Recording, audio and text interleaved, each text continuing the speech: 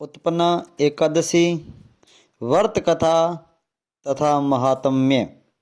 यह एकादशी मार्गशीर्ष कृष्ण पक्ष एकादशी को व्रत किया जाता है। श्री सूत जी बोले, हे मुनियों, विधि सहित इस एकादशी महात्म्य को भगवान श्री कृष्ण ने कहा था। भक्तजन ही इस व्रत को प्रेम पूर्वक सुनते हैं और इस लोक में अनेकों सुखों को भोगकर अंत में विष्णु पद को प्राप्त करते हैं। श्री सूत जी ने कहा कि हे प्रभु, इस एकादशी व्रत का महात्म्य क्या है? इस व्रत को करने से क्या पुण्य मिलता है और उसकी विधि क्या है? सो आप मुझसे कहिए। ऐसा सुनकर श्री भगवान ने कहा कि हे अर्जुन, सबसे पहले हेमंत ऋतु के मार्गशीर्ष महीने में कृष्ण पक्ष की एकादशी का व्रत करना चाहिए। सबसे पहले मार्गशीर्ष महीने में कृष्ण पक्ष की एकादशी का व्रत करना चाहिए। दशमी को शाम को दांतुन करनी चाहिए, रात को भोजन नहीं करना चाहिए। एकादशी को सुबह संकल्प नियम अनुसार कार्य करना चाहिए। दोपहर को संकल्प पूर्वक स्नान करना चाहिए। स्नान करने से पहले शरीर पर मिट्टी का लेपन लगाना चाहिए। स्नान के बाद धूप दीप नैवेद्य से भगवान का पूजन करना चाहिए और रात्रिकालीन रात को दीपदान करना चाहिए। ये सत्कर्म भक्ति पूर्वक करने चाहिए। उसी रात को नींद और स्त्री प्रसंग को त्याग देना चाहिए। एकादशी को दिन तथा रात्रि में भजन सत्संग आदि शुभ कार्य करने चाहिए और उस दिन श्रद्धा पूर्वक ब्राह्मणों को दक्षिणा देनी चाहिए और उनसे अपनी गलतियों की क्षमा मांगनी चाहिए। धार्मिक जनों को शुक्ल पक्ष और कृष्ण पक्ष की दोनों एकादशियों को एक साथ समझना चाहिए और उनमें भेद नहीं मानना चाहिए। ऊपर लिखी विधि के अनुसार जो मनुष्य एकादशी का व्रत करते हैं उनको साक्षात तीर्थ एवं दर्शन करने से जो पुण्य मिलता है वह एकादशी व्रत के पुण्य के 16वें भाग के बराबर भी नहीं। और व्यतिपात योग में संक्रांति तथा चंद्र और सूर्य ग्रहण में दान देने से और कुरुक्षेत्र में स्नान करने से जो पुण्य मिलता है वही पुण्य मनुष्य को एकादशी का व्रत करने से प्राप्त होता है। उसमें 10 गुना अधिक पुण्य एकादशी का व्रत करने से मिलता है और 10 श्रेष्ठ ब्राह्मणों को भोजन कराने से जो पुण्य मिलता है वह एकादशी के पुण्य के 10वें भाग के बराबर है। निर्जल व्रत करने का आधा फल एक बार भोजन करने के बराबर होता है। उपरोक्त कोई सा एक व्रत जरूर करना चाहिए। एकादशी का व्रत करने पर ही यज्ञ दान तप आदि मिलते हैं, अन्यथा नहीं। अतः एकादशी को अवश्य ही व्रत करना चाहिए। इस व्रत में शंख से जल नहीं पीना चाहिए। मछली सूअर तथा अन्य निरामिष भोजन एकादशी के व्रत में वर्जित है, निषेध है। एकादशी व्रत का फल 1000 यज्ञों से भी अधिक है। ऐसा सुनकर अर्जुन ने कहा कि हे भगवान, आपने इस एकादशी के पुण्य को अनेकों तीर्थ के पुण्य से श्रेष्ठ तथा पवित्र क्यों बतलाया? भगवान बोले, हे अर्जुन, सतयुग में एक महाभयंकर दैत्य हुआ था, उसका नाम था मुर।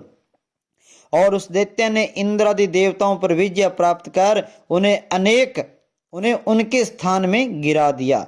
तब देवेंद्र ने महादेव जी से प्रार्थना की, हे शिव शंकर, हम सब देवता मुर दैत्य के अत्याचारों से दुखित हो मृत्यु लोक में अपना जीवन व्यतीत कर रहे हैं। अन्य देवताओं की हालत का तो मैं वर्णन नहीं कर सकता। आप कृपा कर इस महान दुख से छूटने का उपाय बतलाइए। शंकर जी बोले, हे देवेंद्र, आप विष्णु भगवान के पास जाइए। इंद्र तथा अन्य देवता महादेव जी के वचनों को सुनकर क्षीर सागर गए, जहां पर भगवान विष्णु से शैया पर शयन कर रहे थे, सो रहे थे।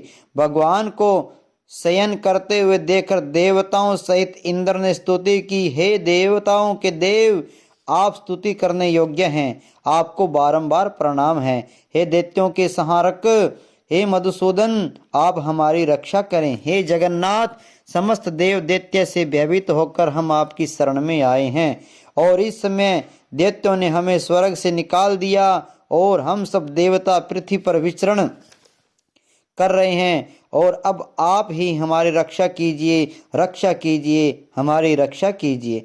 देवताओं के द्वारा करुणपूर्ण वाणी को सुनकर विष्णु भगवान बोले, हे देवताओं, वह कौन सा दैत्य है जिसने देवताओं को जीत लिया? भगवान के उस अमृत रूपी वचनों को सुनकर इंद्र बोले, हे भगवान, प्राचीन समय में नाड़ी जंगम नामक का एक दैत्य था, और उस दैत्य के ही ब्रह्मा वंश में उत्पत्ति हुई थी, और उसी दैत्य के पुत्र का नाम है मुर, और उसकी राजधानी चंद्रावती है। उस चंद्रावती नगर में वह मुर नामक दैत्य निवास करता है, जिसने अपने बल से समस्त विश्व को जीत लिया है, और सब देवताओं को देवलोक से निकालकर उसने अपने दैत्य कुल के इंद्र, अग्नि, यम, वरुण, चंद्रमा, सूर्य आदि लोकपाल बनाए हैं। वह सव्य सूर्य बनकर पृथ्वी को तापता है, और सव्य वेग बनकर वर्षा करता है, और अताप उस बलशाली भयानक दैत्य को मारकर देवताओं की रक्षा करें। इंद्र के ऐसे वचन सुनकर विष्णु भगवान बोले, हे देवताओं, मैं तुम्हारे शत्रुओं का शीघ्र ही संहार करूंगा, और अब आप उस चंद्रावती नगरी को चलिए। और इस प्रकार भगवान विष्णु देवताओं के साथ चल दिए, और उस समय दैत्यपति मुर अनेकों दैत्यों के साथ युद्ध भूमि में गरज रहा था। युद्ध प्रारंभ होने पर असंख्य दानव अनेकों अस्त्रों शस्त्रों को धारण कर देवताओं से युद्ध करने लगे, परंतु देवता दैत्यों के आगे एक क्षण भी न ठहर सके। तब भगवान विष्णु ने भी युद्ध भूमि में आ गए, और जब दैत्यों ने भगवान विष्णु को युद्ध भूमि में देखा तो उन पर अस्त्रों शस्त्रों का प्रहार करने लगा। भगवान भी चक्र और गदा से उनके अस्त्र शस्त्र को नष्ट करने लगे। इस युद्ध में अनेकों दानव सदैव के लिए सो गए, परंतु दैत्यों के राजा मुर भगवान के साथ निश्चल भाव से युद्ध करता रहा। भगवान विष्णु मुर को मारने के लिए जिन जिन शस्त्रों का प्रयोग करते, वह सब उसके तेज से नष्ट होकर उस पर पुष्पों के समान गिरने लगते, और अनेकों शस्त्रों का प्रयोग करने पर भी भगवान विष्णु उस दैत्य से देवताओं के लिए सहस्त्र वर्ष तक युद्ध करते रहे, परंतु उस दैत्य को न जीत सके। अंत में विष्णु भगवान शांत होकर विश्राम करने की इच्छा से बद्रिकाश्रम चले गए, और उस समय 38 कोस लंबी एक द्वार वाली हेमवती नामक की एक गुफा में शयन करने की इच्छा से भगवान उसमें प्रवेश कर गए, तथा हे अर्जुन, उस गुफा में शयन के लिए और वह दैत्य भी उनके पीछे चला गया। तब भगवान को शयन करता हुआ देखकर मारने को तैयार हुआ, और वह दैत्य सोचने लगा कि आज मैं अपने चिर शत्रु को मारकर सदैव के लिए निष्कंटक हो जाऊंगा। उसी समय भगवान की देह से एक अत्यंत सुंदर कन्या दिव्य वस्त्र धारण करके उत्पन्न हुई, और दैत्य के सामने आकर युद्ध करने लगी। तब वह दैत्य आश्चर्य के साथ सोचने लगा कि यह ऐसी बलवान कन्या कहाँ से उत्पन्न हुई है। वह दैत्य उस कन्या को लगातार युद्ध करता रहा, और कुछ समय बीतने पर उस कन्या ने क्रोध में आकर उस दैत्य के अस्त्र शस्त्र के टुकड़े कर दिए, और उस कन्या ने उसका रथ तोड़ डाला, और वह दैत्य महान क्रोध करके उससे मल्ल युद्ध करने लगा, और उस कन्या ने उसको धक्का मारकर मूर्छित कर दिया, और उठने पर उसका सिर काट दिया, और वह दैत्य के सिर कटते ही पृथ्वी पर गिर गया और मृत्यु को प्राप्त हो गया। और अन्य समस्त दानव भी ऐसा देखकर पाताल लोक को चले गए। जब भगवान विष्णु की निद्रा टूटी तो उस दैत्य को मरा देकर अत्यंत आश्चर्य करने लगे, और विचार करने लगे कि इस दैत्य को किसने मारा है।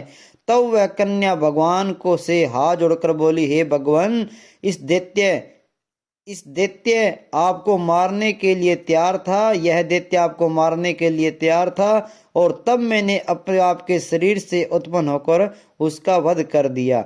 और इस पर भगवान बोले, हे कन्या, तूने इसको मारा है, अतः मैं तेरे ऊपर अत्यंत प्रसन्न हूँ।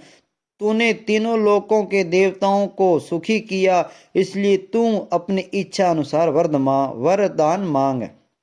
कन्या बोली, हे भगवान, मुझे यह वरदान दीजिए कि मेरा व्रत करें और उसके समस्त पाप नष्ट हो जाएंगे। अंत में स्वर्ग लोक को प्राप्त और मेरे व्रत का आधा फल रात्रि को मिले और आधा फल एक समय भोजन करने वाले को मिले। और जो मनुष्य भक्ति पूर्वक मेरे व्रत को करे वे निश्चय विष्णु लोक को प्राप्त करें। कृपा करके मुझे ऐसा ही वरदान दीजिए, जो मनुष्य मेरे दिन तथा रात्रि को एक बार भोजन करे वे धन्य धान्य से भरपूर रहे। और इस पर भगवान विष्णु और उस कन्या से बोले, भगवान विष्णु इस कन्या से बोले, हे कल्याणी, ऐसी ही होगा और मेरे और तेरे भक्त एक ही होंगे और अंत में संसार में प्रसिद्धि को प्राप्त होकर मेरे लोक को प्राप्त करेंगे। हे कन्या, एकादशी को पैदा होने से तेरा नाम भी एकादशी हुआ। जो मनुष्य इस दिन व्रत करेंगे उनके समस्त पाप जड़ से नष्ट हो जाएंगे और अंत में मुक्ति को प्राप्त करेंगे। तू मेरे लिए अब तीज, आठे, नौवीं और 14 से भी अधिक प्रिय है।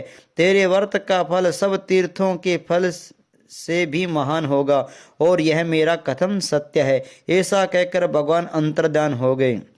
भगवान बोले, हे अर्जुन, सब तीर्थों सब व्रतों के फल में एकादशी व्रत का फल सर्वश्रेष्ठ है। मैं एकादशी व्रत करने वाले मनुष्यों के शत्रुओं को नष्ट कर देता हूँ और उन्हें मोक्ष देता हूँ।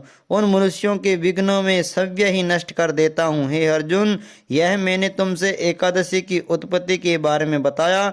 एकादशी व्रत समस्त पापों को नष्ट करने वाला और सिद्धि को देने वाला है। जो मनुष्य एकादशी महात्म्य को श्रवण तथा पठन करते हैं उनको अश्वमेध यज्ञ का फल मिलता है। बोलो विष्णु भगवान की जय हो। नारायण नारायण नारायण।